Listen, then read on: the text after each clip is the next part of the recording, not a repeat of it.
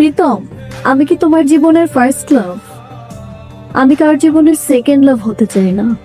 না, প্রীতম ছাড়ো। প্রীতম, ভালো হবে না বলছি। কি হয়েছে? এমন করতেছো কেন? কি হয়েছে? তুমি জানো না তুমি কি করছো? ওটার জন্য তো আমি বারবার সরি বলছি। Minute sorry?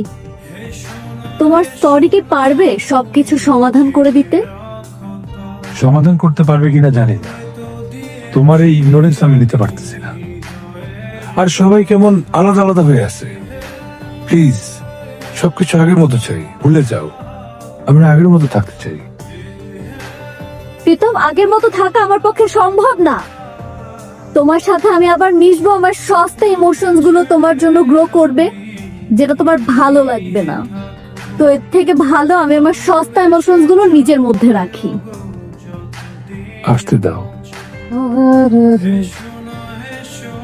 এবার আমি কিছু মনে করবো না, কারণ তোমার জন্য যে ফিলিংস আমার কাজ করতেছে সেটা আগে কারোর জন্য করে নাই। কেমন যেন তোমার মধ্যে হারাই গেছি। তোমাকে ছাড়া আমি আর কিছু ভাবতে পারতেছি না। তোমার এই কথাগুলো না আমার বিশ্বাস করতে একদম ইচ্ছা করছে না। আমার নিজেরও বিশ্বাস হচ্ছে না, কিন্তু আমার মা আমাকে আমার চেয়ে ভালো বুঝে। আর আমার মা বলছে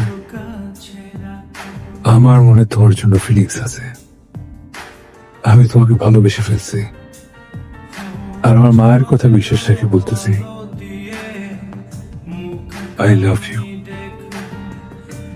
প্রীতম, আমি কি তোমার জীবনের first love?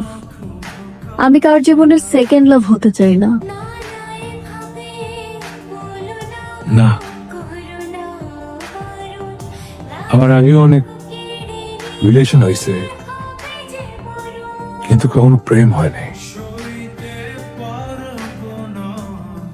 You are my first love.